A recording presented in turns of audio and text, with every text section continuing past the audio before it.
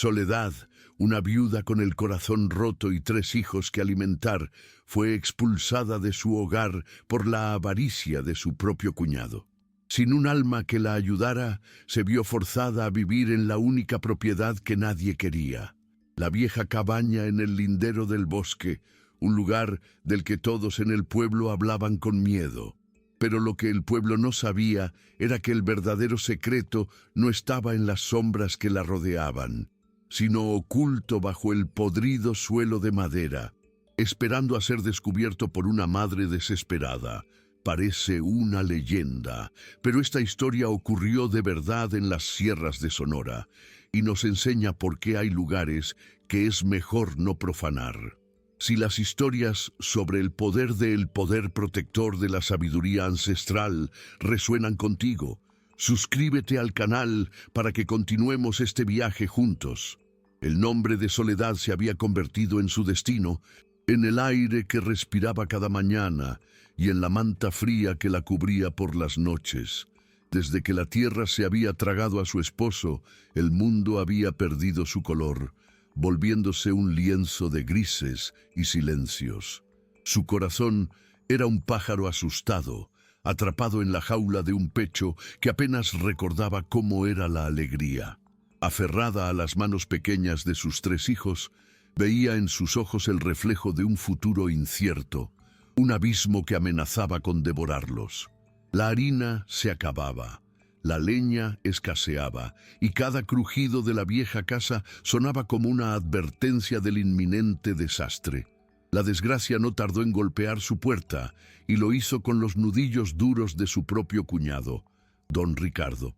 Era un hombre forjado en la codicia, con una mirada que calculaba el valor de la tierra y no el dolor de las personas.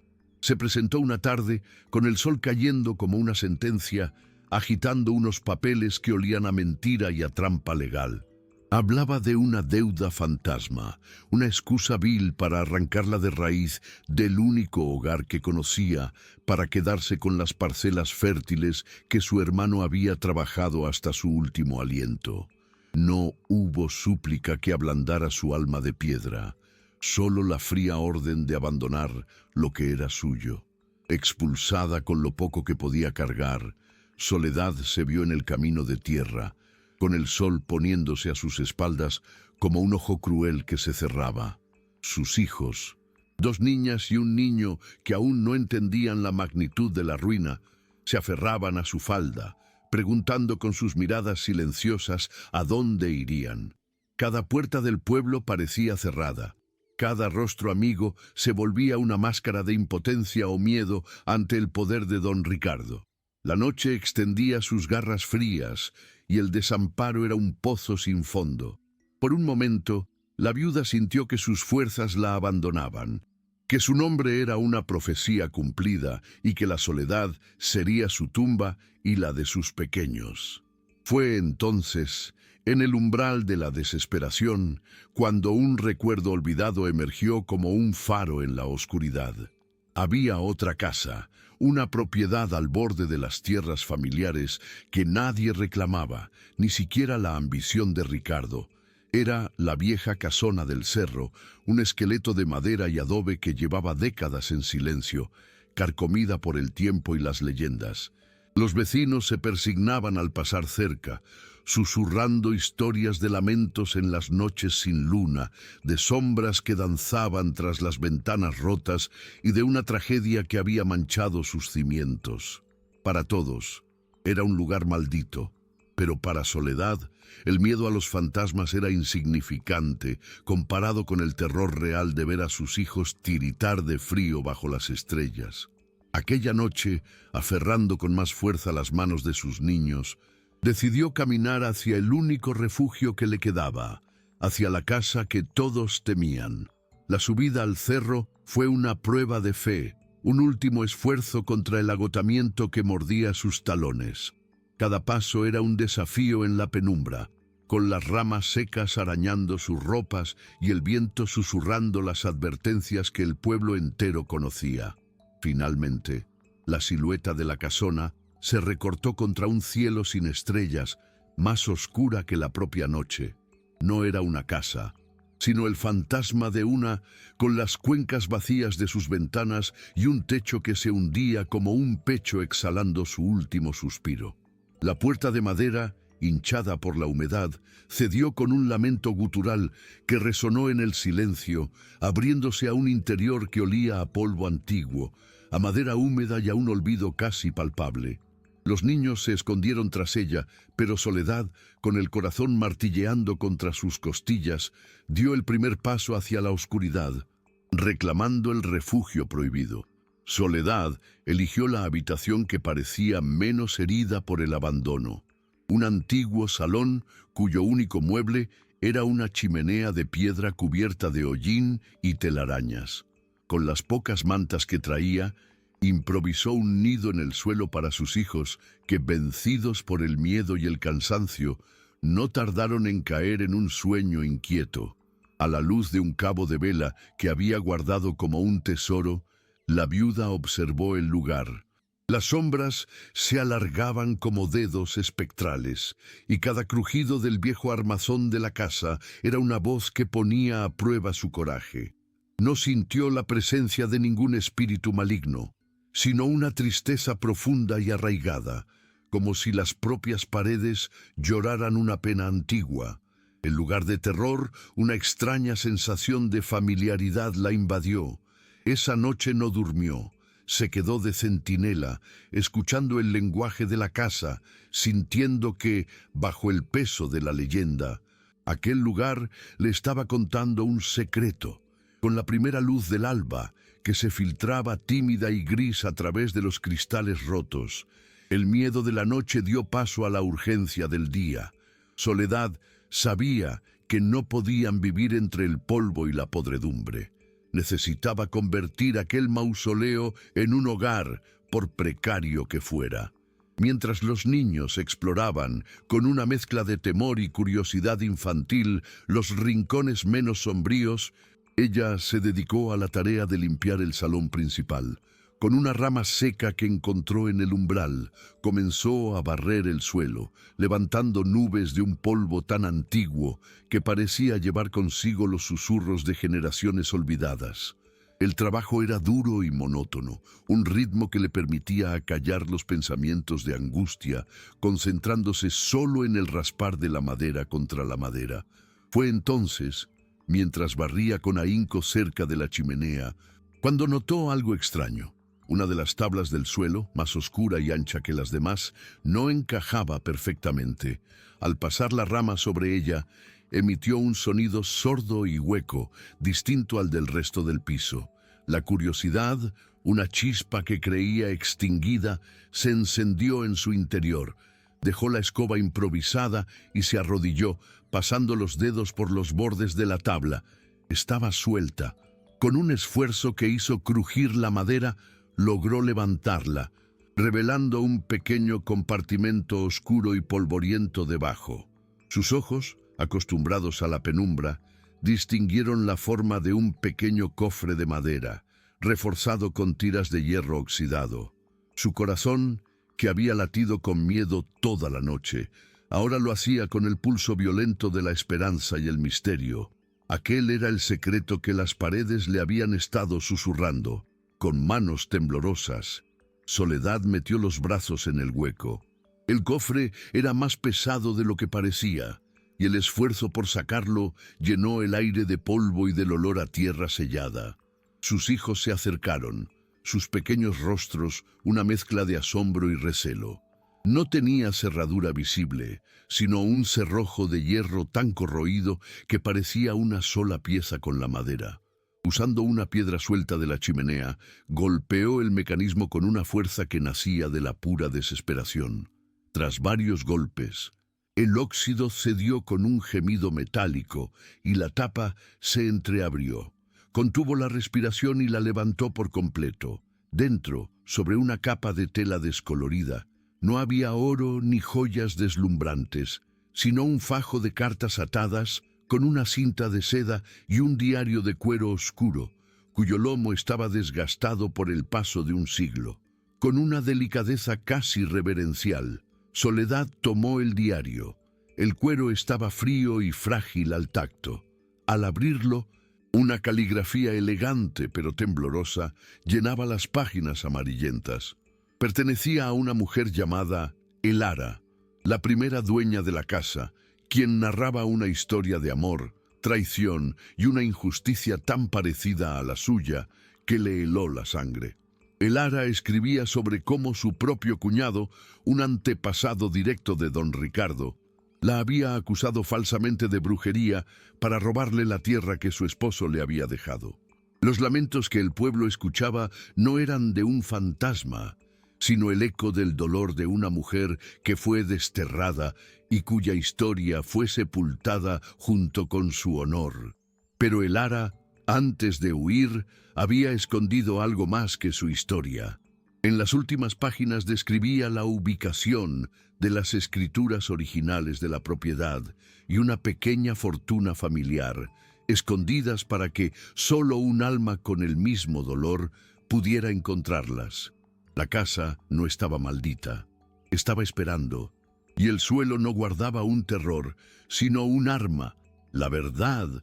Con el corazón latiendo al ritmo de un tambor de guerra y las palabras de Elara ardiendo en su mente, Soledad volvió su atención a la chimenea. El diario era específico. Tras la tercera piedra desde el suelo, en la columna izquierda, donde el humo nunca ha besado la roca. Sus dedos, cubiertos de hollín, buscaron el lugar descrito. La piedra parecía firme, pero al presionarla de la manera que indicaba el texto, cedió ligeramente. Con la ayuda de la misma roca que usó para abrir el cofre, la hizo palanca hasta que se desprendió, revelando un hueco oscuro y profundo. Dentro, envuelto en una tela encerada para protegerlo de la humedad, había un cilindro de metal. Al abrirlo, el olor a papel antiguo y cera llenó el aire. Allí estaban las escrituras originales, selladas con el blasón de una familia olvidada, y junto a ellas, una pequeña bolsa de lona que tintineó con el sonido inconfundible de las monedas de oro.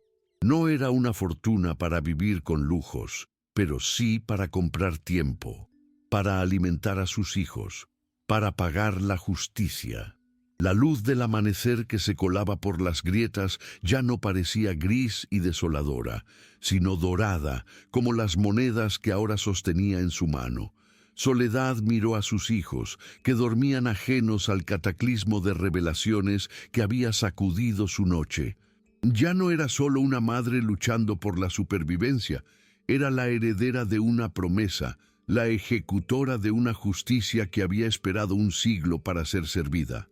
El miedo se había disuelto, reemplazado por una claridad de acero. No enfrentaría a don Ricardo en el pueblo, donde su poder y sus mentiras eran ley. Iría a la ciudad, buscaría al juez, al notario, a alguien a quien el oro de su cuñado no pudiera comprar. Con las pruebas en su poder, la historia de Elara como su testigo y la casa como su santuario, Soledad preparó su contraataque. La viuda desterrada se había convertido en una guerrera y la casa maldita era ahora su fortaleza. La soledad había forjado su temple y ahora, en nombre de dos mujeres agraviadas por la misma sangre, reclamaría lo que era suyo.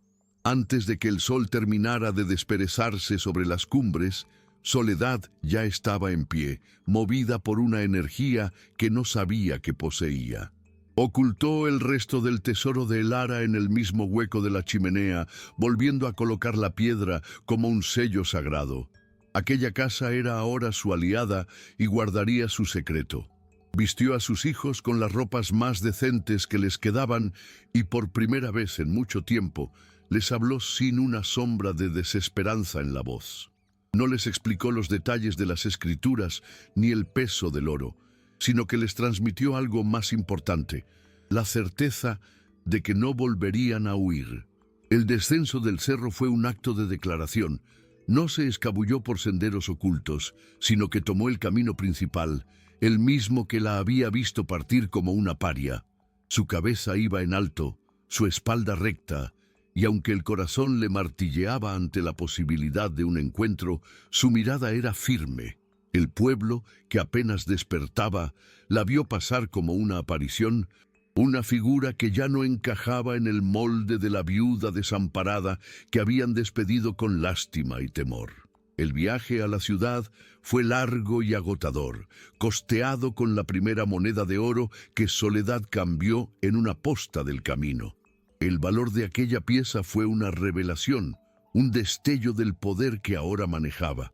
Al llegar, el bullicio y la multitud de la capital amenazaron con abrumarla, un monstruo de piedra y ruido tan distinto al silencio del cerro. Pero Soledad no se dejó intimidar.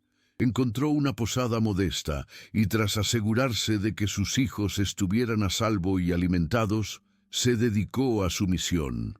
No buscó al primer abogado que le recomendaron, sino que escuchó con atención en las plazas y los mercados, preguntando por un hombre de leyes que no tuviera precio. El nombre que se repetía en susurros de respeto era el de Don Julián, un letrado anciano, famoso por su astucia y por una honradez casi legendaria que le había granjeado enemigos poderosos. Era un hombre caro, decían, y de difícil acceso. Pero Soledad ya no tenía solo una historia de pena que contar. Tenía pruebas, un diario que era la voz de un fantasma y un puñado de oro que podía comprar la más afilada de las espadas, la justicia. El despacho de don Julián no era un lugar de lujos, sino de conocimiento. Las paredes estaban cubiertas de estanterías que se doblaban bajo el peso de viejos legajos y libros encuadernados en piel, y el aire olía a papel antiguo y a justicia reposada. El letrado, un hombre de cabello blanco como la nieve y ojos penetrantes que parecían leer el alma, escuchó la historia de Soledad con una paciencia profesional, casi con desgana. Había visto demasiadas tragedias y escuchado demasiados lamentos. Pero entonces, Soledad no extendió la mano para pedir limosna, sino para colocar sobre el imponente escritorio de roble el diario de cuero y las escrituras originales. La máscara de indiferencia del abogado se resquebrajó. Tomó el diario con la reverencia de un anticuario y leyó un fragmento al azar, su ceño frunciéndose primero de curiosidad y luego de una indignación contenida. Sus dedos recorrieron el sello de cera de las escrituras. De repente, levantó la vista y sus ojos, antes cansados, ahora brillaban con el fuego de una batalla que ansiaba librar. Ya no veía a una viuda más, sino a la portadora de un eco centenario. El silencio que siguió fue más elocuente que cualquier discurso. Finalmente, don Julián cerró el diario con una solemnidad casi litúrgica. «Lo que usted trae aquí, señora», dijo con una voz grave que hizo vibrar los cristales, «no es solo una disputa de tierras, es una herida abierta en la historia de su familia. Y estas escrituras son el bisturí para cerrarla». Se puso de pie y comenzó a caminar por el despacho, no con la incertidumbre de quien delibera, sino con la energía de un general trazando su plan de ataque. Su cuñado se ha construido un castillo sobre cimientos de arena y mentiras. No iniciaremos un litigio ruidoso en el que él pueda usar su influencia y su dinero para ahogarnos en demoras. No, actuaremos con la precisión de un cirujano. Le explicó la estrategia. Presentarían las escrituras y el diario directamente ante el juez de primera instancia, solicitando una orden de restitución inmediata y una investigación por fraude. El testimonio de Elara, aunque póstumo, daba un contexto de malicia y un patrón de conducta familiar que ningún juez podría ignorar. La trampa estaba lista. Don Ricardo, atrincherado en su arrogancia, no sabría que la justicia, con el rostro de una viuda y la voz de un fantasma, ya galopaba hacia él. El regreso al pueblo no fue el de una fugitiva, sino el de una reina reclamando su trono. Soledad no viajaba a pie, sino en un carruaje modesto pero firme, escoltada por un alguacil de mirada severa y un joven escribano enviado por el juez, un testigo oficial, de que la justicia se cumpliría al pie de la letra. La comitiva se detuvo frente a la casa de la que había sido expulsada, donde don Ricardo, sorprendido en medio de una inspección de sus tierras, los miró con una mezcla de desdén y curiosidad. El desdén se transformó en furia cuando el alguacil, sin mediar palabra, desenrolló un pergamino con el sello del juzgado y leyó en voz alta y clara la orden de restitución inmediata de la propiedad a su legítima dueña, Soledad. Don Ricardo estalló en improperios, amenazando con sus influencias, nombrando a personas importantes que, según él, aplastarían a estos insolentes. Pero sus palabras eran solo ruido contra la muralla de la ley que Soledad había erigido a su alrededor. El escribano dio un paso al frente y, con una calma exasperante, presentó una copia de las escrituras originales, cuya autenticidad había sido verificada por el propio notario mayor de la ciudad. Mencionó un diario centenario que corroboraba un patrón de despojo fraudulento en la familia y la posibilidad de abrir una investigación criminal por falsificación y perjurio. El rostro de don Ricardo pasó del rojo de la ira al blanco pálido del pánico. El nombre de Elara, quizás una leyenda familiar que creía inofensiva, ahora era el martillo que destrozaba su mundo. Los pocos vecinos que se habían congregado a una distancia prudente observaban el espectáculo en un silencio atónito. El hombre al que temían se desmoronaba como un ídolo de barro bajo la lluvia. El alguacil señaló el camino de tierra. Tiene 1 hora para recoger sus efectos personales y abandonar esta propiedad, sentenció con una voz que no admitía réplica. La misma orden, las mismas palabras casi, que él le había escupido a Soledad, ahora se volvían contra él como un eco vengador. Derrotado, don Ricardo no lanzó un último rugido de león, sino el chillido agudo de una bestia acorralada. Sus ojos buscaron complicidad entre los vecinos, pero solo encontraron rostros vacíos o miradas que se apartaban con una rapidez que era, en sí misma, una condena. Arrastrando los pies, entró en la casa no como su dueño, sino como un ladrón sorprendido en pleno acto. Cada objeto que tocaba parecía quemarle los dedos. Salió con un pequeño atado de ropas, la misma humillación que él había infligido, pero sin la dignidad que Soledad había mantenido. No le dirigió una última mirada. No se atrevió. Soledad lo observó marchar por el camino, su figura encogiéndose con cada paso hasta volverse una mota insignificante en el paisaje que él había pretendido dominar. No hubo triunfo en su mirada, solo la calma solemne de quien cierra un libro muy antiguo y doloroso. Cuando la sombra de su cuñado se desvaneció, Soledad se volvió hacia la puerta de su hogar. El alguacil y el escribano le ofrecieron una respetuosa inclinación de cabeza y se retiraron, dejando que aquel momento le perteneciera solo a ella y a sus hijos. Puso la mano sobre la madera y empujó. La puerta se abrió sin el chirrido de la derrota, sino con un susurro de bienvenida. El aire del interior ya no olía a ausencia, sino a posibilidad. La luz del sol entraba a raudales por las ventanas, barriendo los últimos vestigios de la usurpación y la tristeza.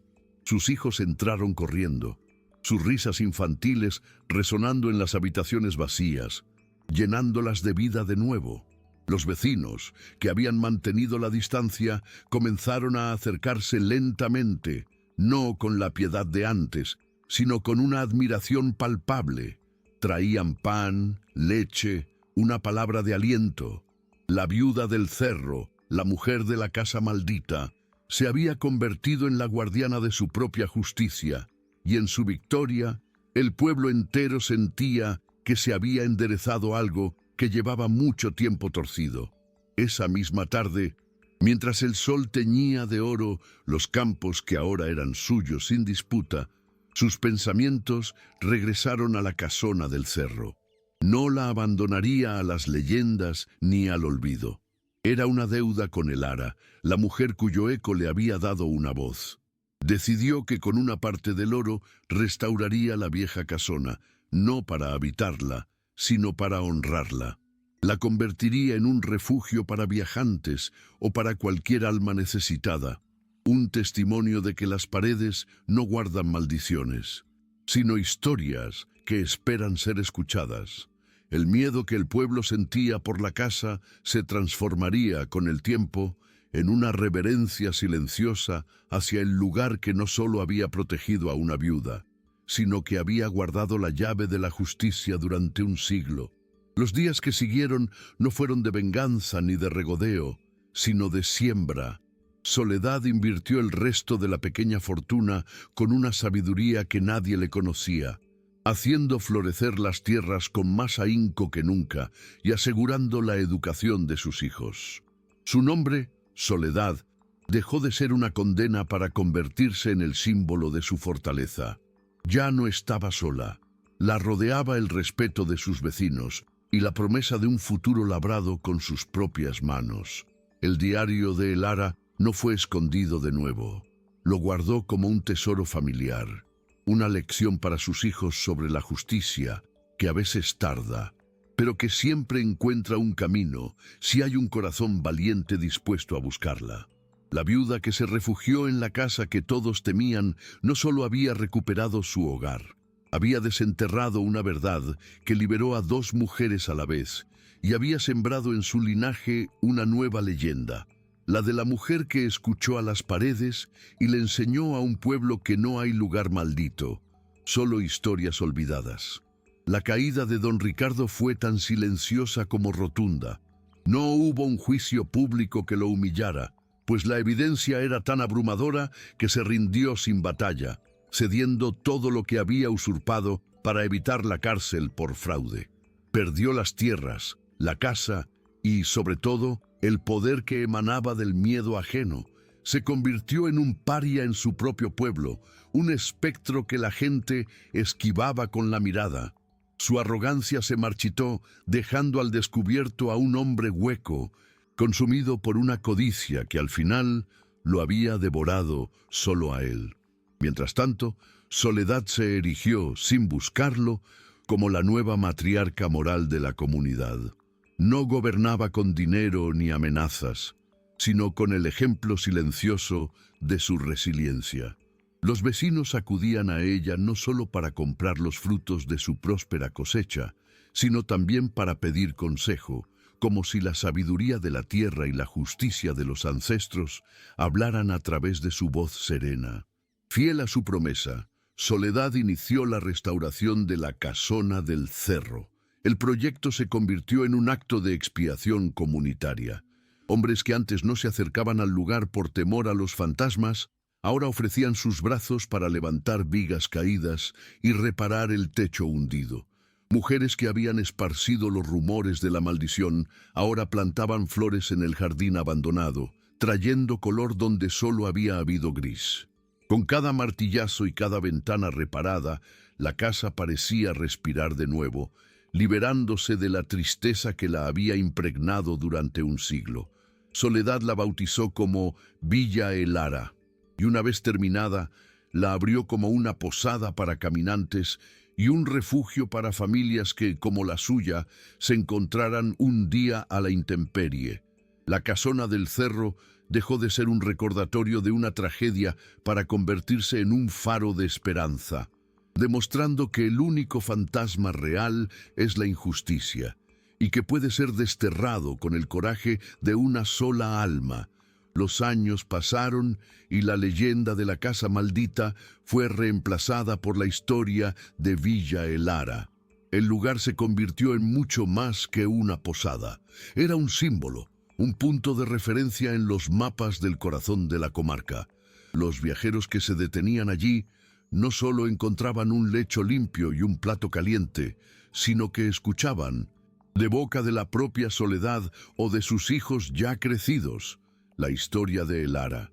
La lección se transmitía como un cuento junto al fuego, una advertencia contra la codicia y un himno a la perseverancia. Sus hijos crecieron a la sombra de dos leyendas femeninas, forjando sus propios destinos con la misma integridad. Su hijo se convirtió en un hombre de campo justo y respetado que labraba la tierra con gratitud. Sus hijas, educadas en la ciudad con el fruto de aquel oro, volvieron al pueblo, una como maestra y la otra para ayudar a su madre a administrar la creciente prosperidad de sus tierras y la posada. Soledad, con el cabello ya plateado por el tiempo, se convirtió en la memoria viva de su pueblo, la mujer a la que se acudía para mediar en disputas y cuyo nombre ya no significaba abandono, sino la entereza de un roble que se aferra a la tierra. Una tarde, con el sol dorando las hojas de los árboles en el cerro, Soledad estaba sentada en el porche de Villa Elara junto a su nieta mayor. La niña, con los mismos ojos curiosos que ella tuvo al levantar la tabla del suelo, le pidió que le contara otra vez la historia de la casa valiente. Soledad sonrió y hasta, en lugar de hablar, entró y regresó con el viejo diario de cuero. Se lo entregó a la niña.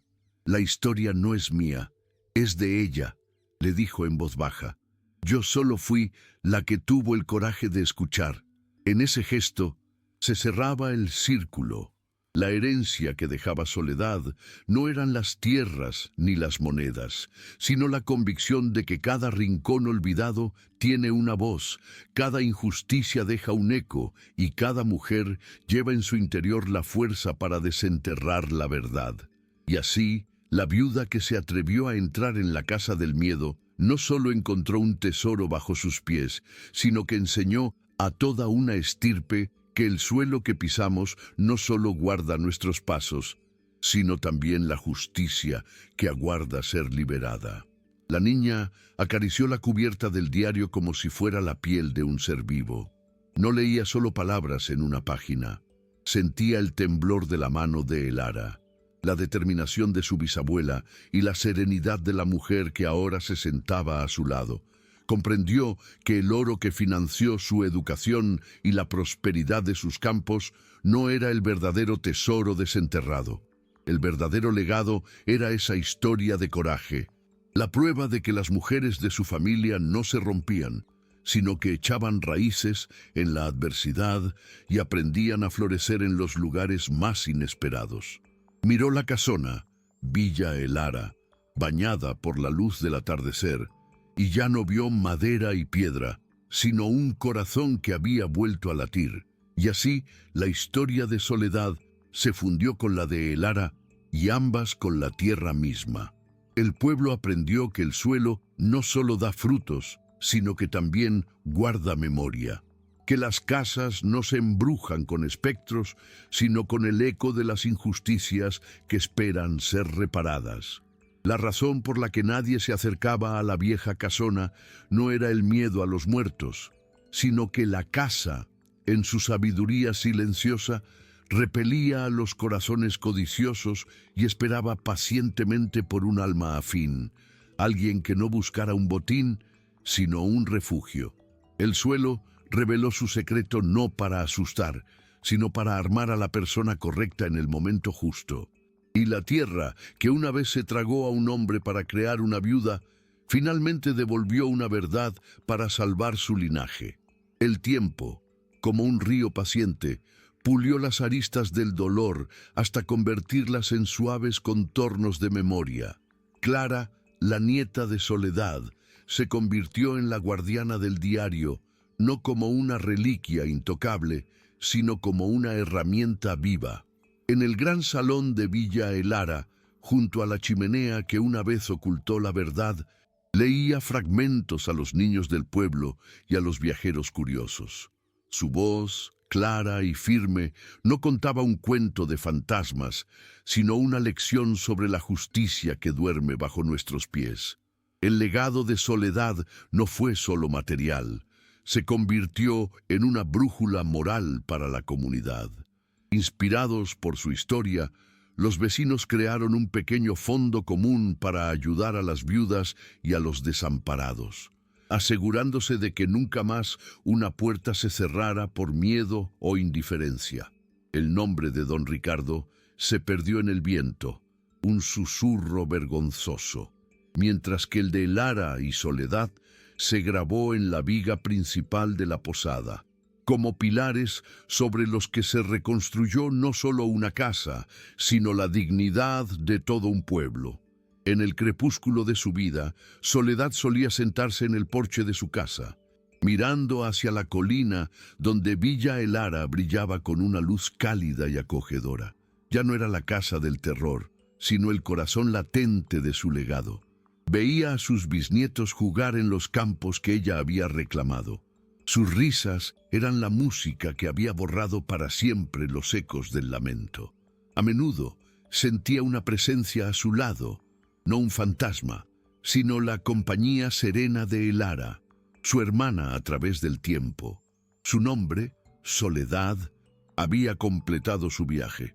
De ser una sentencia de abandono, se había transformado en la descripción de la singular fortaleza que se necesita para plantar cara al mundo y, desde esa posición, construir una compañía que trasciende la vida misma. Ya no estaba sola, pues su historia se había entrelazado con la tierra, con su gente y con el futuro que había desenterrado con sus propias manos. El suelo, finalmente, descansaba en paz, pues su verdad ya no era un secreto enterrado, sino una semilla que florecía en cada nueva generación. Una tarde de otoño, cuando el aire olía a tierra húmeda y a hojas secas, Soledad sintió que el viaje llegaba a su fin. No fue con dolor ni con miedo, sino con la serena certeza de quien ha completado su labor. Sentada en su mecedora, con una manta sobre las rodillas, no miraba hacia sus prósperos campos, sino hacia la silueta de Villa Elara recortándose contra un cielo teñido de púrpura y naranja. La luz que se encendía en sus ventanas ya no era la de una vela solitaria luchando contra la oscuridad, sino el brillo cálido de un hogar vivo. Cerró los ojos y pudo oír, por encima del viento, el murmullo de la tierra agradecida. Sintió que una mano invisible, frágil como el papel de un diario antiguo, se posaba sobre la suya. Era Elara, despidiéndose no como un fantasma, sino como la amiga que la había esperado al otro lado del tiempo. Soledad sonrió. Exhaló un último suspiro que se mezcló con la brisa del atardecer y se entregó al suelo que tanto le había dado, no como una tumba, sino como una cuna. Su muerte no fue un final, sino una cosecha. No hubo lamentos desgarrados en el pueblo, sino una procesión silenciosa y solemne que subió hasta Villa Elara, donde su nieta Clara la veló junto a la chimenea de la revelación. La gente no llevaba flores a su tumba, sino semillas que plantaron en el jardín de la posada, un pacto vivo para que su legado floreciera eternamente. Años después, cuando los niños preguntaban por qué la casa del cerro había estado maldita, Clara, convertida ya en una mujer con la misma mirada de acero y miel que su abuela, abría el diario de Elara. Les leía que la casa no repelía a los hombres por miedo a los espíritus, sino que protegía su verdad de la codicia, esperando a alguien con el corazón lo bastante roto como para poder escucharla. Y así, el suelo que un día reveló por qué nadie se acercaba, ahora enseñaba una lección final. Los lugares no guardan maldiciones, sino propósitos.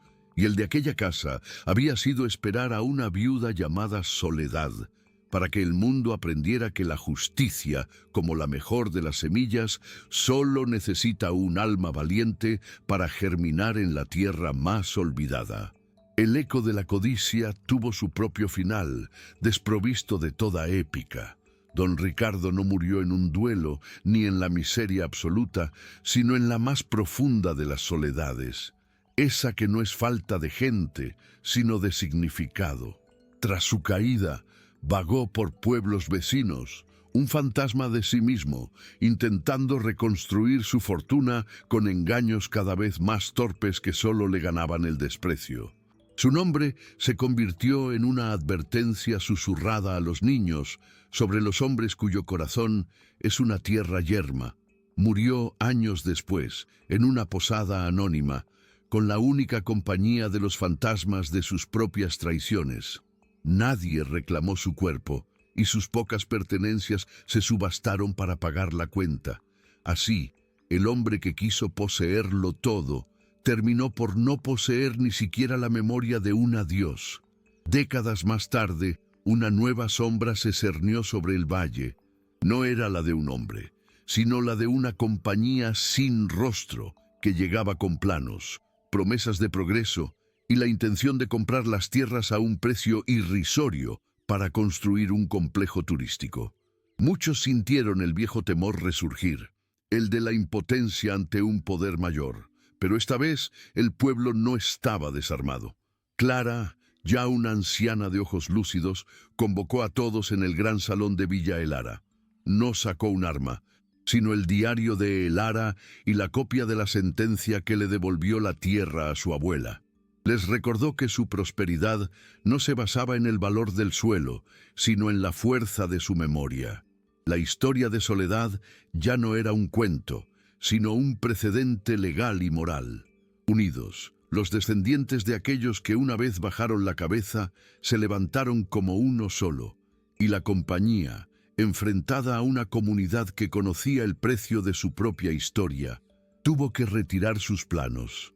El verdadero legado de Soledad no fue solo recuperar una casa, sino enseñar a su gente que el suelo no se vende, se defiende. Con el paso de las generaciones, el diario de Elara se volvió tan frágil como un ala de mariposa seca.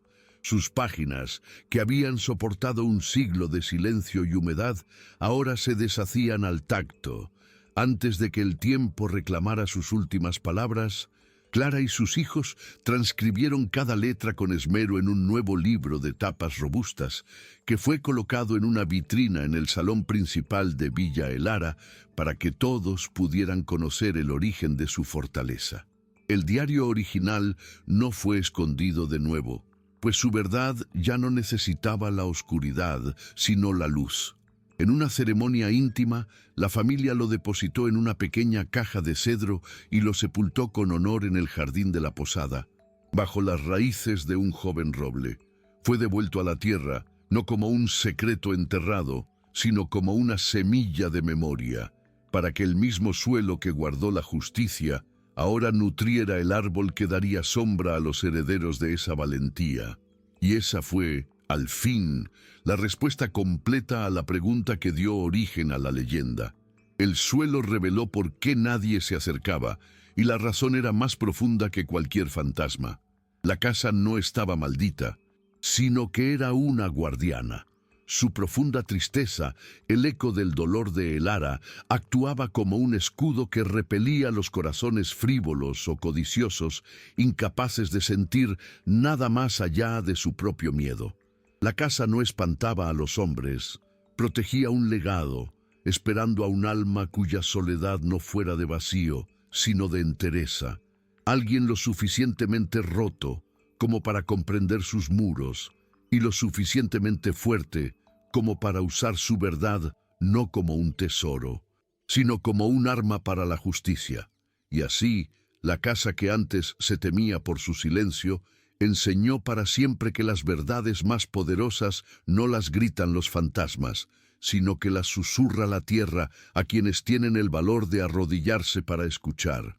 El tiempo tejió su tapiz, y un siglo después, la historia pareció querer rimar. Una joven del pueblo, Alba, se encontró atrapada en una red de deudas fraudulentas, tejida por un usurero con la misma sonrisa rapaz de don Ricardo. La ley parecía un laberinto diseñado para confundirla, y el desamparo era un pozo familiar. Una noche, sintiendo el peso de la derrota, caminó bajo la luna hasta la colina. No iba buscando un fantasma, sino la sombra del roble que crecía en el jardín de Villa Elara. Se sentó bajo sus ramas, tocando la tierra fría, y se preguntó si el coraje, como el agua, podría brotar del suelo que pisaba. La luz de la posada seguía encendida. Dentro, la tataranieta de Soledad, guardiana de la memoria familiar, La encontró llorando en silencio. No le ofreció palabras vacías, sino que la llevó al salón principal y abrió la vitrina. Juntas, leyeron a la luz de una lámpara no el diario original, sino la historia que había salvado a su estirpe. Alba no encontró en esas páginas una solución mágica, sino algo más valioso, un mapa. Entendió que su lucha no era nueva y que no estaba sola. Tenía el eco de 2 mujeres a su espalda. Salió de Villa Elara al amanecer, no con las manos vacías, sino con una certeza de acero en el corazón. La justicia no siempre está a la vista, a veces hay que cavar, y ella, como la viuda de la leyenda, estaba dispuesta a ensuciarse las manos para desenterrar la suya. Inspirada por la memoria de la tierra que pisaba, Alba no fue a la ciudad a buscar un abogado, sino que comenzó su propia excavación en el pasado reciente. Su chimenea no era de piedra, sino el intrincado laberinto de archivos municipales y registros de propiedad. Su escoba no era una rama, sino su dedo índice, recorriendo líneas y líneas de caligrafía oficial en libros polvorientos, buscando la grieta en la fachada de la legalidad que el usurero don Mateo había construido. Pasó días hablando en voz baja con otros deudores, hombres y mujeres con la mirada baja y el alma hipotecada, recogiendo sus historias de miedo y resignación como si fueran las cartas perdidas de Elara. Cada negativa, cada puerta cerrada, era una ráfaga de viento helado en el cerro, pero Alba ya no sentía frío, pues la abrigaba el calor de un propósito que no era solo suyo. El hallazgo no fue un cofre de madera, sino un legajo olvidado en el fondo de un cajón del archivo parroquial, un registro de préstamos y embargos de la generación anterior. Allí, Alba descubrió el método de don Mateo, heredado de su padre, un patrón sistemático de usura que se aprovechaba de cláusulas ambiguas y del desconocimiento de la gente del campo. La tabla suelta en el suelo era una firma, una rúbrica casi idéntica que aparecía falsificada en docenas de documentos. No encontró oro, sino algo más valioso, la evidencia de un crimen repetido, una telaraña de engaños que conectaba a media comarca. Con copias de esos documentos en su bolso, Alba sintió el mismo peso que Soledad debió sentir al sostener las escrituras. No era el peso del metal, sino el de la justicia a punto de despertar. La historia se repetía, y ella, la nieta espiritual de aquella viuda, estaba lista para escribir su propio capítulo. Pero Alba no acudió a un despacho en la ciudad, pues la lección de Soledad no era solo encontrar la ley, sino encarnarla. Convocó a todos los deudores cuyas historias había desenterrado, no en la plaza del pueblo donde el miedo aún tenía oídos, sino en el único lugar que había demostrado ser un santuario contra la injusticia, el gran salón de Villa Elara. Al principio llegaron pocos, con la desconfianza grabada en el rostro, pero a medida que Alba exponía los documentos sobre la gran mesa de roble, mostrando cómo sus tragedias individuales eran en realidad los eslabones de la misma cadena, el murmullo de resignación se transformó en un rugido sordo de indignación. Aquella noche, bajo la mirada de los retratos de Soledad y Elara, no se forjó una demanda, sino un pacto. Al día siguiente, no fue una joven sola la que se presentó en la oficina del usurero, sino una procesión de familias que llenó la calle, cada una sosteniendo en silencio la prueba de su engaño. Don Mateo, al ver la multitud, intentó la misma táctica que había sostenido su poder durante años, la arrogancia y la amenaza individual. Pero sus palabras se perdían en el silencio compacto de la gente. Cuando intentó desacreditar a Alba, otro vecino dio un paso al frente y contó su historia, luego otro y otra. Su oficina se convirtió en un tribunal popular donde cada testimonio era un clavo en el ataúd de su reputación. El hombre, que se había enriquecido aislando a sus víctimas, se vio de pronto ahogado por su unión. No hubo necesidad de un juez de la ciudad. El veredicto estaba en los ojos de la comunidad que él mismo había creado. enfrentado a un escándalo que destruiría su negocio y a una demanda colectiva que no podría costear, don Mateo cedió. Uno a uno, los contratos fraudulentos fueron quemados en un barril en mitad de la plaza. El humo negro, llevándose décadas de miedo, y el fuego iluminando los rostros de un pueblo que, por fin, había aprendido a defenderse a sí mismo. Las llamas que consumieron los contratos se extinguieron lentamente, pero el calor que quedó en la plaza no era el del fuego, sino el de la dignidad recuperada. Alba no se convirtió en una nueva matriarca, pues su victoria no había sido solitaria. Fue la chispa que demostró que el bosque entero estaba seco y listo para arder. Al día siguiente, no era una heroína a la que todos miraban con reverencia, sino una más entre iguales, una vecina que había recordado a los demás el poder que poseían juntos. El pueblo había aprendido la lección final de la tierra, que la verdadera fuerza no residía en un héroe solitario que desentierra un tesoro, sino en las raíces entrelazadas de la comunidad. Villa El Ara, la casa que enseñó a escuchar, se convirtió en el lugar donde aprendieron a hablar con una sola voz. Y su gran salón ya no fue solo el museo de una vieja victoria, sino el parlamento vivo de su propia soberanía. Y así, la respuesta a por qué nadie se acercaba a la vieja casona se reveló en su forma más completa y final. La casa no solo esperaba a un alma rota para entregarle un arma, esperaba a que la semilla de esa primera victoria germinara hasta convertirse en un bosque. El suelo no guardaba una justicia para ser desenterrada una única vez, sino una memoria fértil, capaz de dar cosecha de coraje en cada generación que la necesitara.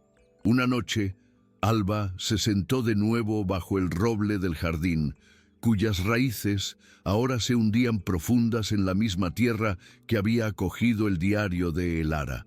Comprendió que la leyenda de la viuda había completado su círculo. Ya no era la historia de una mujer que encontró la justicia, sino la historia de un pueblo que aprendió a ser justo consigo mismo. La casa y el suelo podían, al fin, descansar en paz. Su propósito no era guardar un secreto para siempre, sino enseñarle a su gente que el poder para reclamar su destino nunca había estado enterrado bajo unas tablas, sino que siempre había latido, esperando ser despertado en el corazón colectivo de su gente. Con el tiempo, la quema de los contratos se convirtió en una ceremonia anual, aunque su naturaleza cambió. Ya no se celebraba la derrota de un hombre, sino el poder de su unión. Cada solsticio de invierno, las familias del pueblo subían en procesión silenciosa a Villa El Ara, no con antorchas de ira, sino con faroles de vigilia. En el gran salón, a la luz del fuego, no se leían acusaciones, sino que se compartían historias de ayuda mutua, de pequeñas justicias cotidianas. Cada familia dejaba un puñado de semillas de su última cosecha en un cuenco de arcilla comunal que se guardaba junto al libro de El Ara, un pacto renovado de que se alimentarían y protegerían mutuamente. El matriarcado ya no era de una mujer, sino de la memoria colectiva, y el verdadero guardián de la tierra ya no era una casa, sino el alma entrelazada de su gente. Y así, en las noches claras, la luz que brillaba desde la colina ya no era la de un refugio solitario, sino la de un faro comunitario. La vieja casona había completado su propósito. El suelo, habiendo revelado su secreto más profundo, ya no necesitaba ahuyentar a nadie. La casa no había estado maldita por un fantasma, sino bendecida por una guardiana que esperaba pacientemente a que los vivos aprendieran la lección que los muertos no podían olvidar. Ya no repelía a los hombres, simplemente había dejado de llamarlos. Su verdad ya no estaba enterrada bajo el piso, sino que crecía visible para todos en el roble de su jardín y en los rostros de la gente que había aprendido que el lugar más seguro del mundo no es una fortaleza de piedra, sino una comunidad de corazones justos. Pasaron los siglos, y el roble plantado sobre el diario de Elara creció hasta convertirse en un gigante venerable, sus ramas extendiéndose sobre el techo de Villa Elara como un abrazo protector. La posada misma, cuidada por generaciones que ya no recordaban los detalles exactos de la historia, pero que sentían su peso sagrado en la madera y la piedra, se convirtió en un lugar de peregrinaje silencioso. Ya nadie iba a escuchar la historia de una viuda, sino a sentir la fortaleza de un linaje. Los nombres se desvanecieron, fundiéndose en el susurro del viento entre las hojas del roble, pero el pacto de las semillas perduró, transformado en una cultura de solidaridad tan natural y arraigada como el propio árbol. Y así, la casa dejó de hablar, pues su lección ya había sido absorbida por la tierra. El suelo que una vez guardó un secreto para una sola mujer, ahora nutría las raíces de una comunidad entera. La pregunta de por qué nadie se acercaba se volvió irrelevante, pues la casa ya no era un lugar en un mapa, sino un estado del alma del valle. Los viajeros que pasaban por allí sin conocer la leyenda a menudo comentaban sobre la extraña paz del lugar y la mirada serena y firme de sus habitantes, sin saber que caminaban sobre una tierra donde la justicia no era un evento, sino el aire que se respiraba. El mayor tesoro que la casa guardaba no fue revelado por el suelo, sino que se cultivó sobre él. La certeza de que una comunidad que honra su memoria es un jardín que ningún tirano puede pisotear. El roble mismo, testigo de siglos, comenzó a mostrar las cicatrices del tiempo. Una tormenta le arrancó una de sus ramas principales, y su corteza se agrietó como un mapa de las penas que había presenciado. Pero los habitantes del valle no vieron en ello un presagio de fin, sino un recordatorio de que la fuerza no reside en la permanencia de la materia, sino en la transmisión del espíritu. Sabían que cuando el último de sus trozos volviera a la tierra, no sería una muerte, sino la disolución final de la semilla en el bosque que había ayudado a crear. El pacto de las semillas ya no era un ritual solemne, se había convertido en el ritmo silencioso de sus vidas, en el pan compartido sin preguntas, en la mano que se ofrece antes de que sea pedida. Y así, la pregunta inicial encontró su respuesta definitiva en el eco de los tiempos. El suelo reveló por qué nadie se acercaba, no porque guardara un horror, sino porque incubaba una virtud. La casa era un útero de justicia, cerrado al mundo hasta encontrar un alma lista para nacer a través de él. Y una vez que la lección fue aprendida y sembrada, el valle entero se convirtió en su heredero. Ya no era una casa la que guardaba un secreto, era un pueblo entero el que vivía una verdad, enseñando a cada generación que la tierra más sagrada no es la que esconde oro, sino la que recuerda los nombres de los valientes y nutre las raíces de los justos. Los siglos pasaron, y Villa Elara envejeció con la gracia de una reina viuda.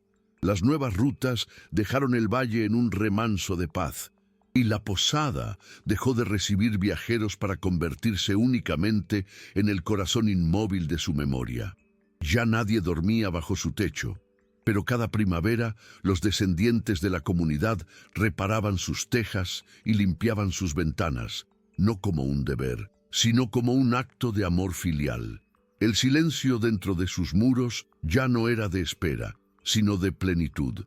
La casa había entregado su historia y ahora descansaba, habiendo enseñado a la gente que los verdaderos refugios no se construyen con piedra y madera, sino con la justicia que se cultiva de generación en generación. Y una noche sin luna, bajo un manto de nieve que amortiguó todos los sonidos, el viejo roble se rindió al peso de su propia historia. No hubo un estruendo, sino un profundo suspiro de madera que se partía. Al amanecer, el pueblo lo encontró yaciendo en el jardín, sus ramas extendidas como los brazos de un ancestro que finalmente descansa. Nadie, trajo hachas para despedazarlo.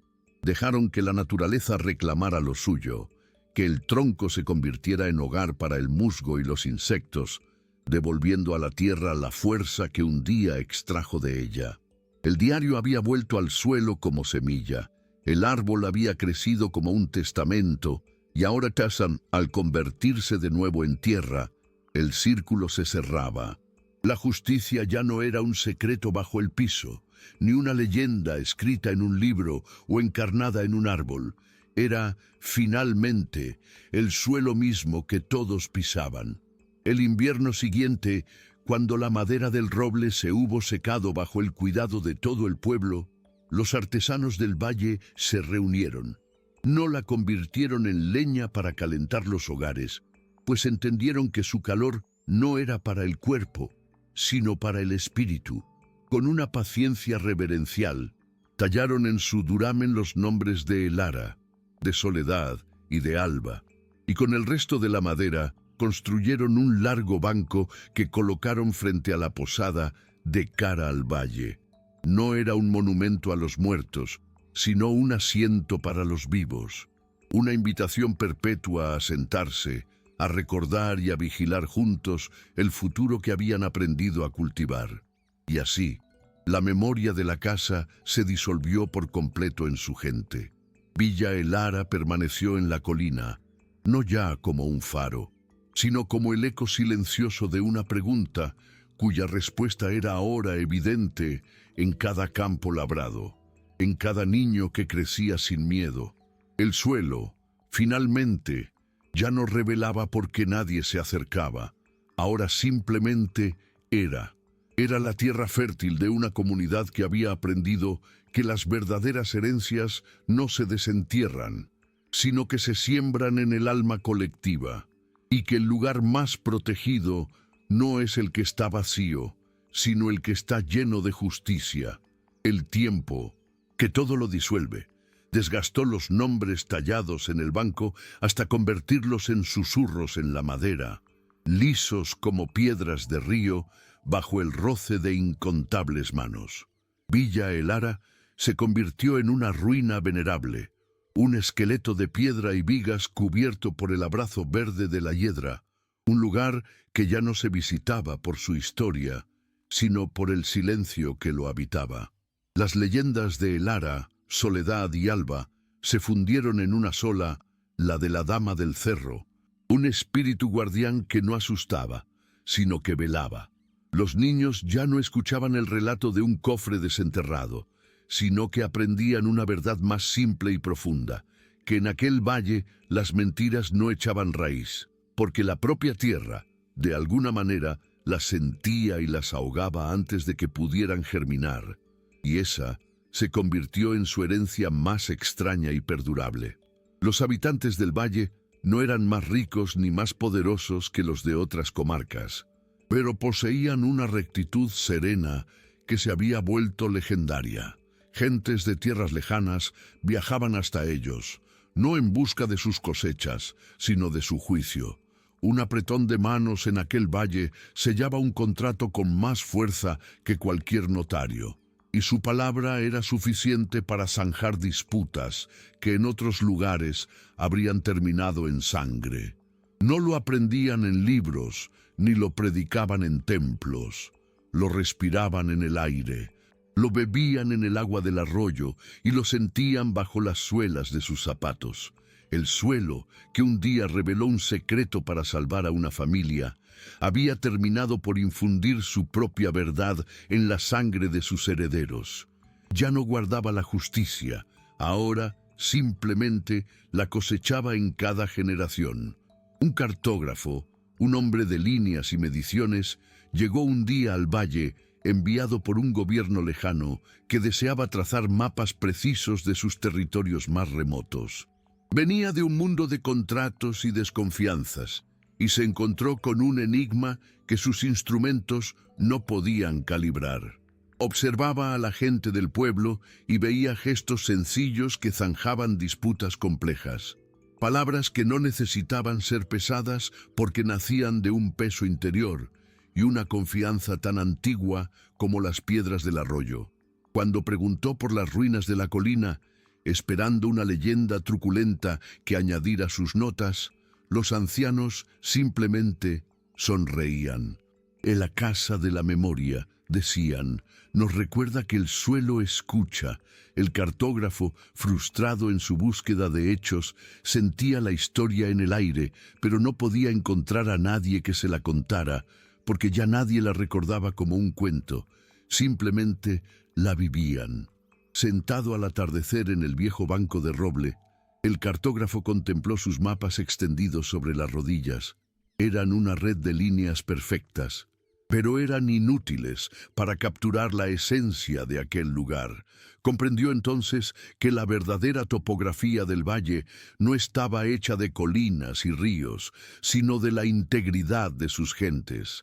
Las ruinas no eran el vestigio de un poder perdido, sino la cáscara vacía de una semilla que había germinado con éxito hasta convertir el valle entero en su fruto.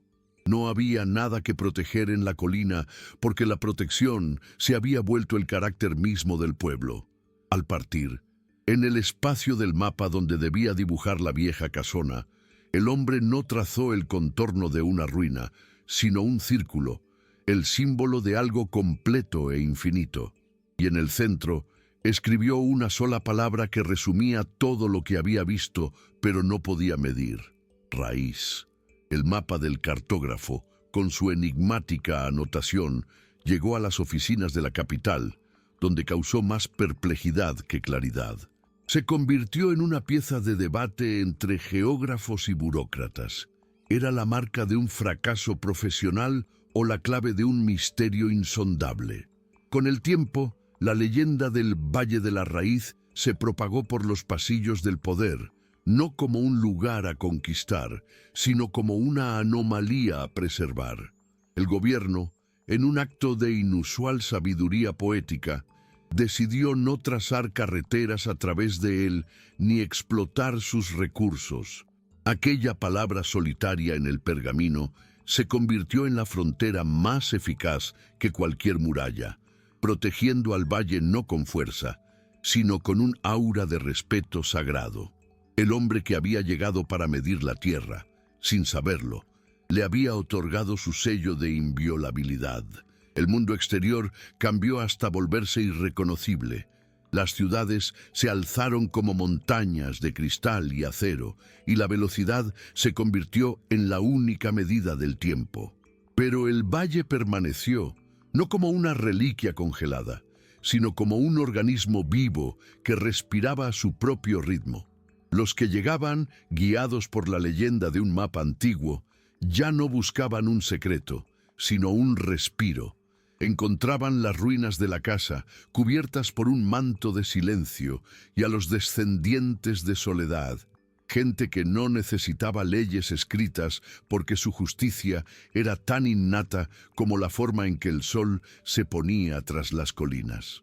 Comprendieron, al fin, que la raíz no era algo que la tierra guardaba, sino algo que la gente cultivaba dentro de sí. Y así, el suelo que un día reveló su verdad a una viuda había enseñado su lección más perdurable, que la verdadera soberanía no se encuentra en los mapas, sino en la memoria que se elige regar cada día. Pero ni la piedra ni la memoria tallada en madera son eternas. Llegó una primavera en que, tras un invierno de lluvias mansas pero insistentes, los últimos muros de Villa Elara se rindieron. No hubo estrépito, solo un suspiro de adobe y argamasa volviendo a la tierra de la que salieron. El banco de roble, desgastado por el sol y los relatos, se deshizo en fibras plateadas que el viento esparció por el valle como una última bendición. La gente del pueblo no lo vio como una pérdida, sino como la disolución final. La memoria ya no necesitaba un ancla, pues se había convertido en el agua misma del arroyo, en el aire que respiraban. La casa había cumplido su ciclo, de útero a santuario, de santuario a ruina, y de ruina a simple y fértil tierra.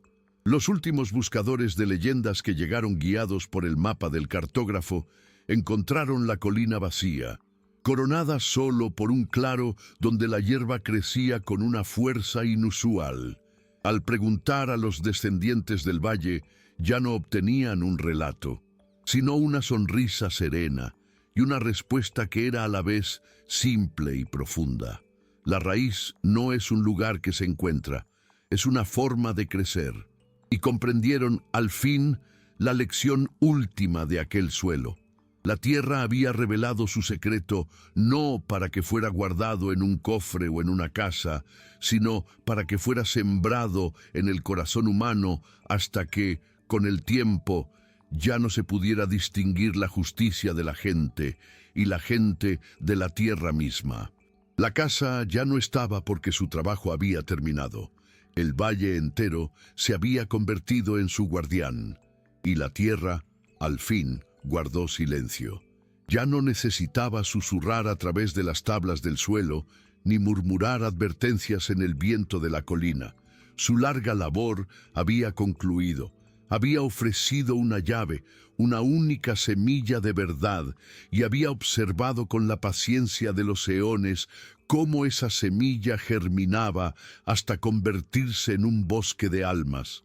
El dolor de Elara, el coraje de Soledad y la unión de Alba ya no eran historias separadas, sino nutrientes disueltos en su humus fértil, indistinguibles de las hojas caídas y la roca antigua. El suelo ya no custodiaba un secreto, era el secreto mismo, manifestado en la fortaleza de la hierba que crecía en el claro y en la pureza del agua que brotaba de sus manantiales.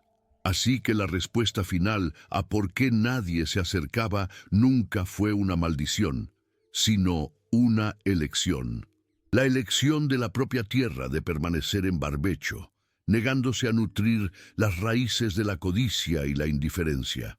Esperó a un tipo diferente de agricultor, a uno que no sembrara para poseer, sino para perdurar. La última revelación del suelo no fue un cofre lleno de oro ni unas escrituras polvorientas, sino una verdad tan simple como perdurable, que el terreno bajo nuestros pies no es un mero escenario para nuestros dramas fugaces, sino un socio silencioso en el cultivo de la justicia. Y cuando un pueblo aprende a escuchar, ya no necesita casas encantadas que le recuerden dónde reside su verdadera fortaleza.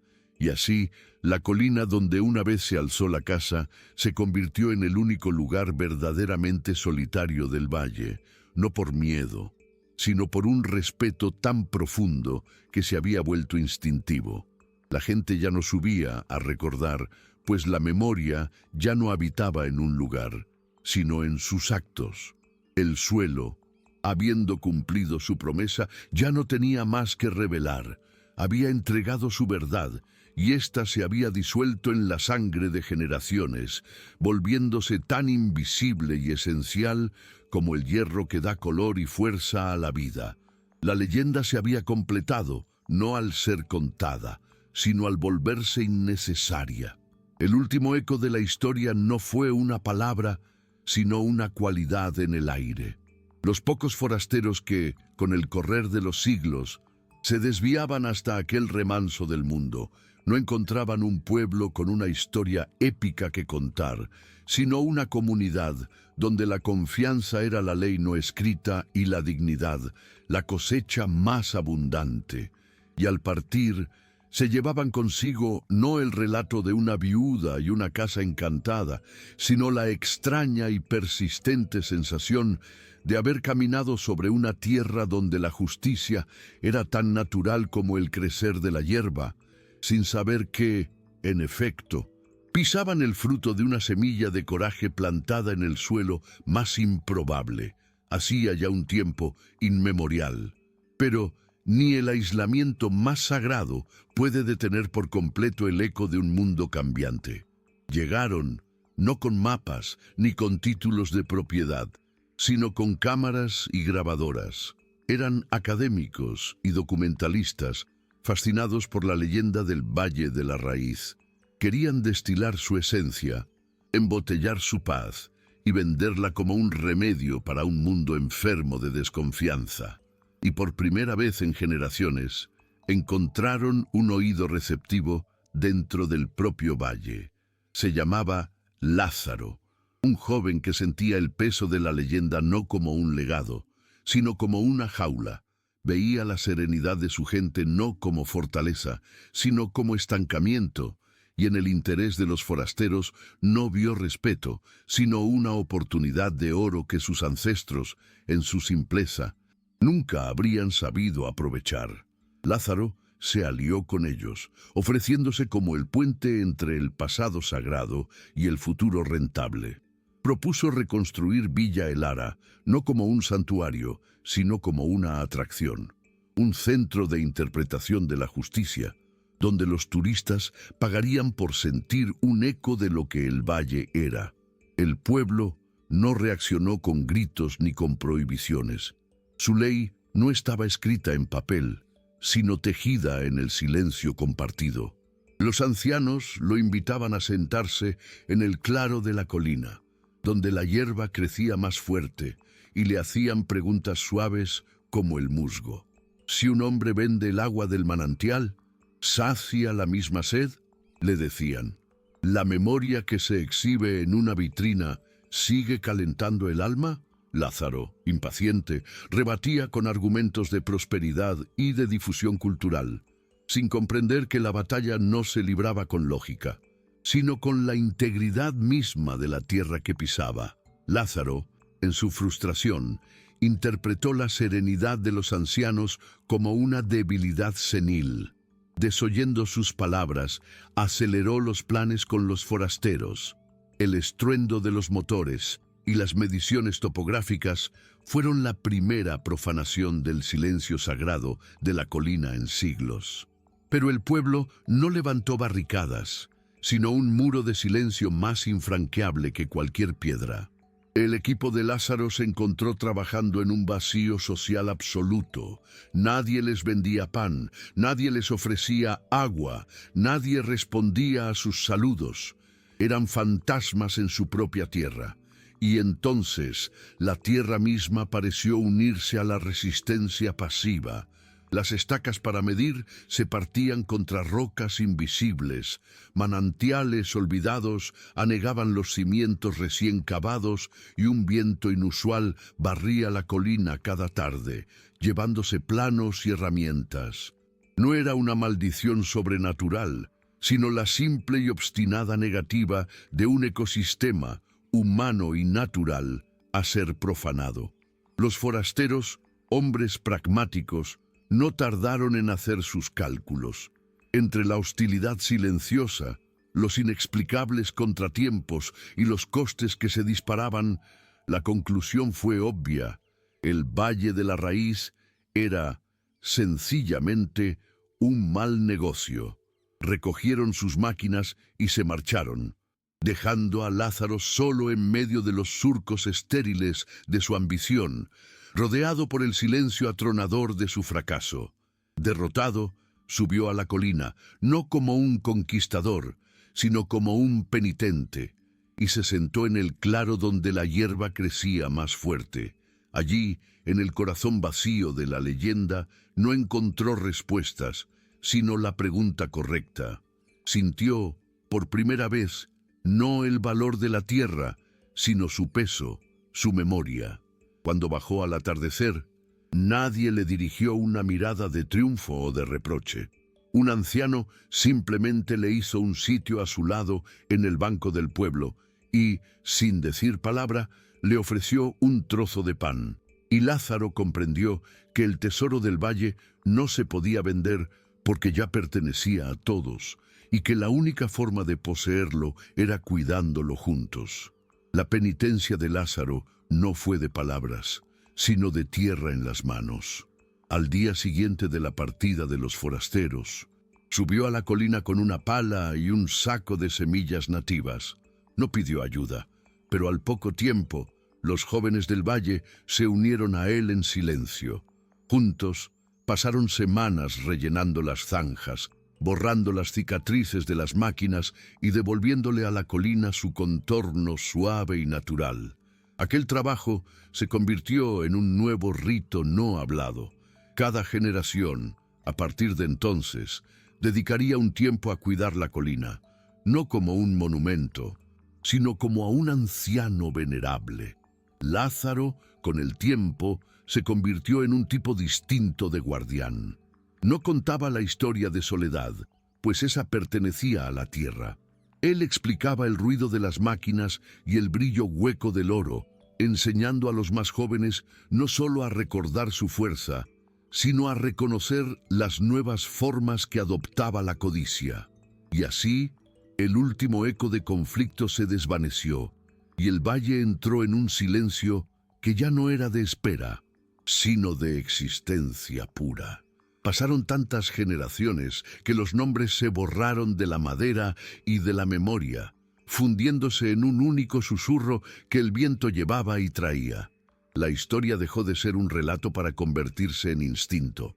Ya nadie sabía por qué no mentían, por qué su palabra era ley o por qué la comunidad se movía como un solo cuerpo para proteger al más débil.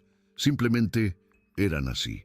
La leyenda se había disuelto en el carácter, y el carácter se había vuelto tan natural como la roca y el río.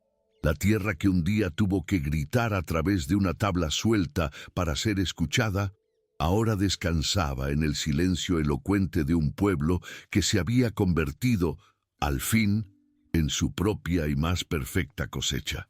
En los anales de un futuro que había olvidado el olor de la tierra, la enigmática anotación del cartógrafo, raíz, persistió como un fantasma en los sistemas de datos. Los archivistas, seres de lógica pura, intentaron modelar la sociedad del valle basándose en los fragmentos que sobrevivieron al olvido digital. Fracasaron en cada simulación. Sus algoritmos, capaces de predecir el auge y la caída de imperios estelares, no podían computar una comunidad cuya cohesión no se basaba en el miedo, la ley o el beneficio, sino en una integridad heredada. La máquina, incapaz de procesar una variable como la dignidad transmitida por el suelo, clasificó finalmente la leyenda del valle no como historia, sino como una fábula topográfica, una imposibilidad poética que desafiaba las leyes de la naturaleza humana tal y como ellos la entendían. Pero en el valle mismo, ajeno a los archivos estelares y a las paradojas lógicas, el tiempo seguía su curso con la lentitud de una raíz que se hunde en la piedra. La última descendiente de Soledad no murió de tragedia, sino de plenitud, disolviéndose en el paisaje como una gota de lluvia en el río. Con ella se fue la última memoria consciente de la historia. Sin embargo, el legado no se extinguió. Simplemente se volvió más profundo, más elemental. Los biólogos que se aventuraron allí siglos después notaron una ecología anómala, una simbiosis casi perfecta, una ausencia de violencia depredadora que no podían explicar. No sabían que estaban caminando sobre un suelo que había aprendido una lección tan bien que la había inscrito en el código genético de todo lo que crecía en él. El suelo, finalmente, ya no guardaba la justicia, la respiraba. Y entonces, eones después, llegó un sembrador estelar. No era un conquistador ni un cartógrafo, sino un botánico de mundos. Un ser cuya tarea era recolectar los sustratos más resilientes del cosmos para sembrar vida en planetas muertos por la guerra o la codicia. Sus sensores, diseñados para detectar la tenacidad biológica, lo guiaron hasta el claro de la colina, atraído por una firma de estabilidad ecológica que sus archivos catalogaban como una imposibilidad teórica. Extrajo una muestra del suelo y la sometió a pruebas en el laboratorio estéril de su nave. Los resultados lo dejaron perplejo. Químicamente era tierra ordinaria, biológicamente no contenía ningún microorganismo anómalo. Sin embargo, cuando introdujo en ella las semillas de las especies más invasivas y egoístas de la galaxia, organismos diseñados para prosperar a costa de todo lo demás, estas se volvieron inertes, negándose a germinar como si reconocieran un terreno hostil a su propia naturaleza. En cambio, Las semillas de las plantas simbióticas más frágiles florecieron con una vitalidad desafiante. El sembrador, por primera vez en su milenaria existencia, anotó en su bitácora un concepto que rompía todas las leyes de su ciencia.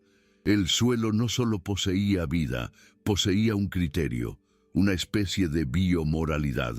Incapaz de replicar o comprender el principio que regía aquella tierra, el sembrador tomó la única decisión posible. No la analizó, la honró. Tomó un solo saco de aquel suelo, no como un espécimen, sino como una reliquia, y lo llevó consigo a un mundo yermo en los confines de la galaxia, un planeta cicatrizado por una civilización que se había consumido a sí misma. Allí, en medio de un desierto de ceniza y desconfianza, esparció la tierra del valle. No hubo un milagro instantáneo. La tierra no reverdeció el planeta, pero donde cayó, el polvo tóxico pareció asentarse y el viento perdió su filo. Y años más tarde, los niños de los supervivientes, que habían crecido sin conocer el color verde, descubrieron un pequeño círculo de hierba tenaz creciendo en el lugar. No sabían que bajo sus pies no solo había tierra de un mundo lejano, sino la destilación de una historia de justicia. Y comenzaron una nueva leyenda, la de un suelo que no olvidaba cómo se debía crecer. La revelación de la casa ya no era un eco en un valle, sino una espora de esperanza a la deriva en el cosmos, lista para encontrar la siguiente alma lo bastante rota como para arrodillarse y escuchar. Los supervivientes de aquel mundo de cenizas, herederos de una civilización que había devorado su propia alma, no entendieron el milagro. Al principio, vieron el pequeño círculo de hierba como un recurso a explotar, un oasis en su desierto de desconfianza. Pero la tierra se negaba a sus viejos hábitos. Las disputas por su control se disolvían en una extraña fatiga, la codicia. Al pisar aquel suelo, parecía perder su filo. Fueron los niños, nacidos en un mundo sin memoria de la bondad, quienes primero respondieron a su susurro. Jugaban allí y, sin saber por qué, aprendían a compartir el único juguete, a consolar una caída en lugar de aprovecharse de ella. Los adultos, observando desde la distancia, vieron nacer en sus hijos una cualidad que su lenguaje ya casi no tenía palabra para nombrar: la confianza. Sin comprenderlo, comenzaron a proteger aquel pedazo de tierra no por su valor, sino por su efecto, convirtiéndose en los guardianes de una justicia que apenas comenzaban a reaprender. El sembrador estelar, a años luz de distancia, nunca supo el resultado de su experimento. Su bitácora, transmitida a los archivos centrales de la galaxia, se convirtió en una nota a pie de página en la historia cósmica, una anomalía clasificada como sustrato con resonancia ética. Pero en aquel rincón olvidado del universo, el legado de Soledad echaba nuevas raíces, demostrando la verdad final que la Casa del Cerro siempre había protegido. La justicia no es un decreto de los cielos ni una ley tallada en piedra. Es una cualidad latente en la materia misma, una semilla que duerme en el suelo más humilde, esperando no a un rey ni a un conquistador, sino a un corazón lo bastante despojado como para arrodillarse, escuchar y tener el coraje de sembrar de nuevo. Y así, el suelo que un día reveló su secreto a una viuda, continuó su silenciosa labor de enseñar al cosmos que la única forma de construir un hogar duradero es cultivar una tierra donde las mentiras simplemente no pueden echar raíz. Con el tiempo, el acto de proteger el círculo verde se transformó. Lo que comenzó como un instinto de preservar la única fuente de paz en sus hijos, se convirtió en el primer ritual de su renaciente civilización. Construyeron una baja pared de piedras alrededor del oasis, no para excluir, sino para consagrar. Los adultos, hombres y mujeres endurecidos por la traición y la pérdida, se encontraban allí en silencio, observando la hierba como si leyeran un texto sagrado que no podían descifrar, pero cuyo mensaje sentían en la quietud de sus corazones.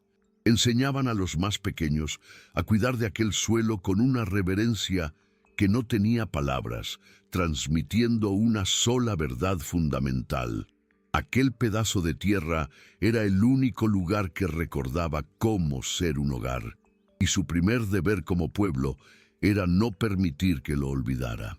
Aquella primera generación de niños creció hasta convertirse en los arquitectos de un nuevo mundo. Llevaban la lección del suelo inscrita en su carácter. La confianza no era para ellos un riesgo calculado, sino el aire que respiraban. Reconstruyeron su sociedad no sobre los cimientos de la ley y el castigo, sino sobre los principios de la simbiosis y el cuidado mutuo que habían aprendido en el círculo de hierba. Las disputas se resolvían con la lógica de un jardín. No se cortaba la planta débil, se averiguaba por qué la tierra no la nutría. El pequeño oasis de la tierra se extendió lentamente, pero su etos lo hizo mucho más rápido, convirtiéndose en el código fuente de una cultura que valoraba el crecimiento compartido por encima del poder individual. La revelación del suelo no había terminado en un valle olvidado. Apenas comenzaba su verdadera siembra a través de las estrellas. La civilización que brotó de la ceniza y la desconfianza se convirtió en una leyenda susurrada en las rutas estelares. No por sus naves ni por sus armas, que eran modestas, sino por su cohesión social, que era absoluta. Los llamaban los jardineros, o el pueblo del suelo silencioso. Sus acuerdos se sellaban con una palabra. Su sociedad no conocía la cárcel, pues el concepto de traicionar el bien común se había vuelto una anomalía psicológica, un error que la propia comunidad, como un cuerpo sano, aislaba y curaba con paciencia. Las otras civilizaciones, más veloces y voraces, los observaban con una mezcla de desprecio y curiosidad, como quien contempla una utopía imposible y frágil, un jardín sin muros en medio de una selva cósmica, predestinado a ser devorado. Pero la prueba más dura no vendría de las estrellas, sino de su propio interior. Kael, un joven brillante nacido en la paz más profunda, comenzó a ver la armonía no como una fuerza, sino como un estancamiento. Argumentaba que, al erradicar la competencia, sus ancestros también habían podado las raíces de la grandeza individual y de la innovación disruptiva. En secreto, usando tecnología de mundos exteriores, logró sintetizar un antídoto, un compuesto que neutralizaba la resonancia ética del suelo. Su plan no era una conquista, sino un cisma, fundar una nueva colonia en una luna vecina sobre un suelo esterilizado y liberado, para demostrar que la ambición, y no la armonía, era el verdadero motor del progreso.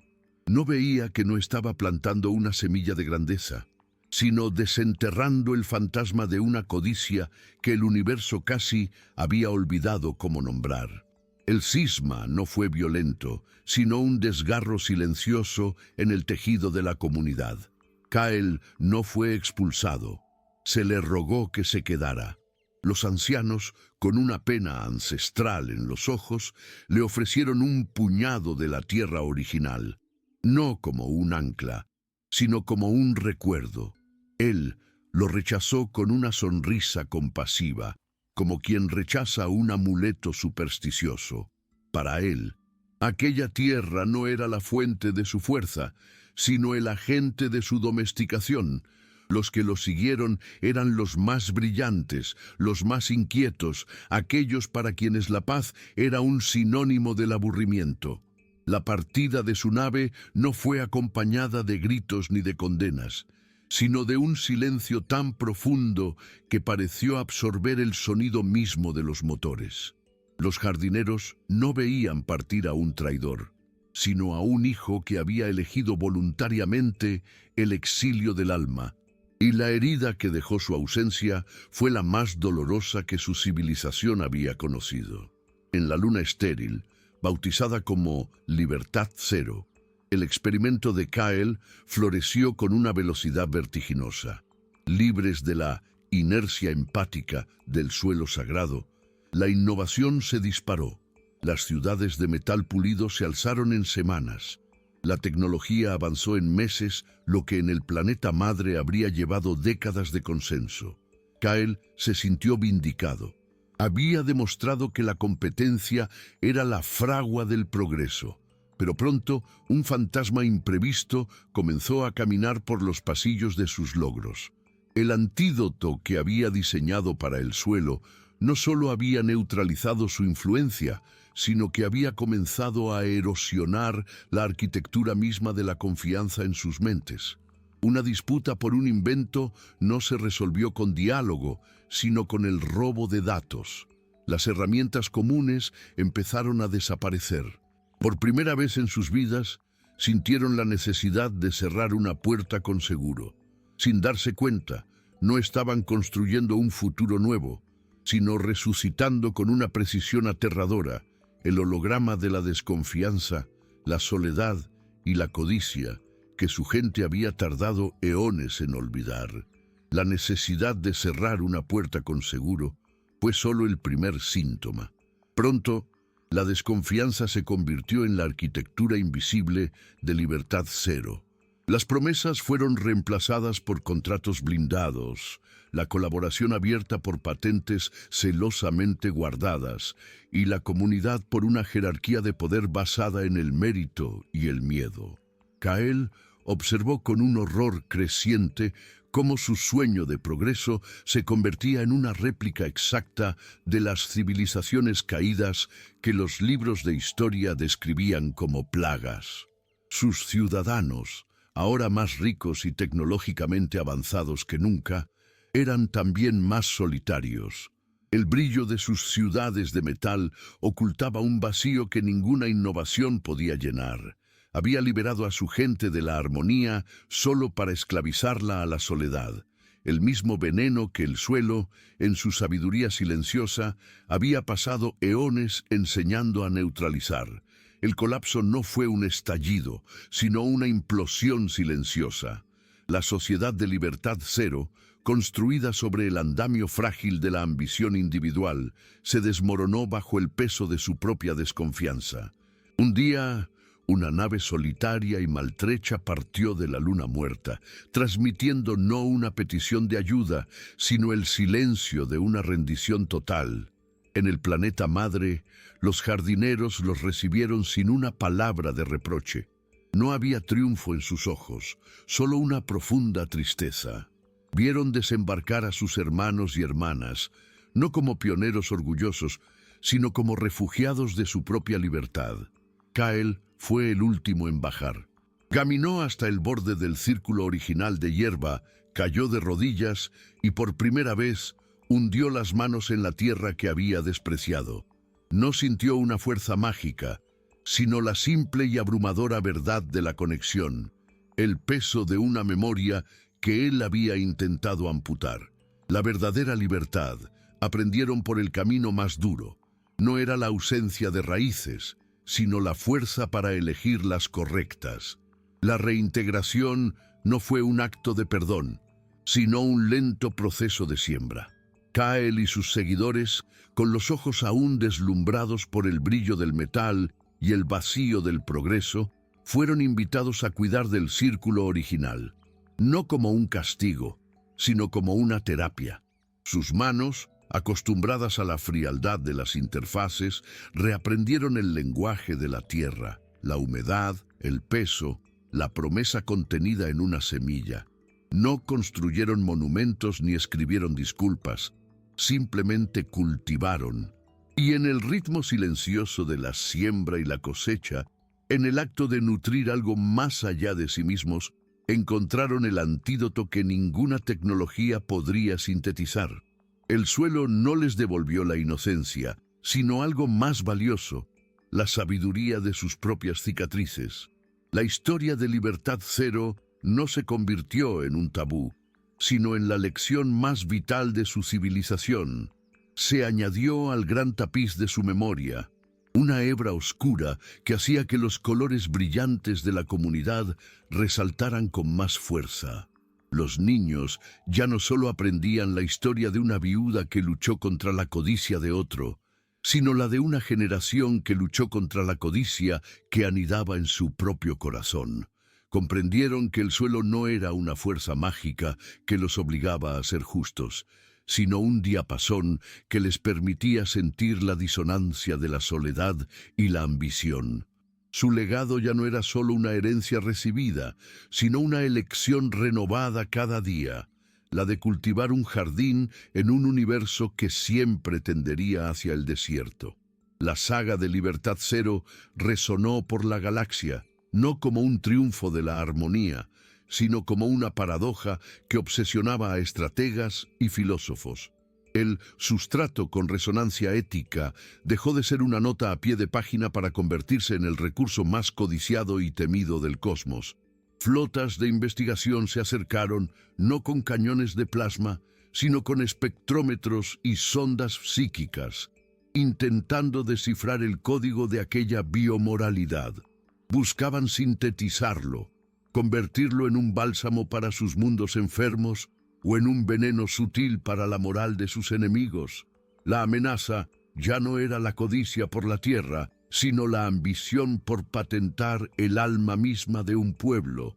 La historia de Soledad nos enseña que los jardineros no respondieron con escudos de energía, sino con una invitación abierta. Recibieron a las delegaciones galácticas no en salas de consejo blindadas, sino en el círculo original de hierba. Cuando los científicos pidieron muestras para sus laboratorios, los ancianos les ofrecieron palas. «Nuestra tierra no guarda un secreto que pueda ser extraído», decían sus voces, tranquilas como el crecer de una raíz, «y guarda una memoria que solo puede ser cultivada. Si quieren comprender, no analicen, siembren». Desafiaron a la galaxia a dejar de buscar una solución tecnológica y a empezar el lento y paciente trabajo de crear sus propios suelos justos. La revelación final del suelo no era una fórmula, sino una llamada a la jardinería cósmica, una invitación para que cada mundo desenterrara su propia y olvidada verdad.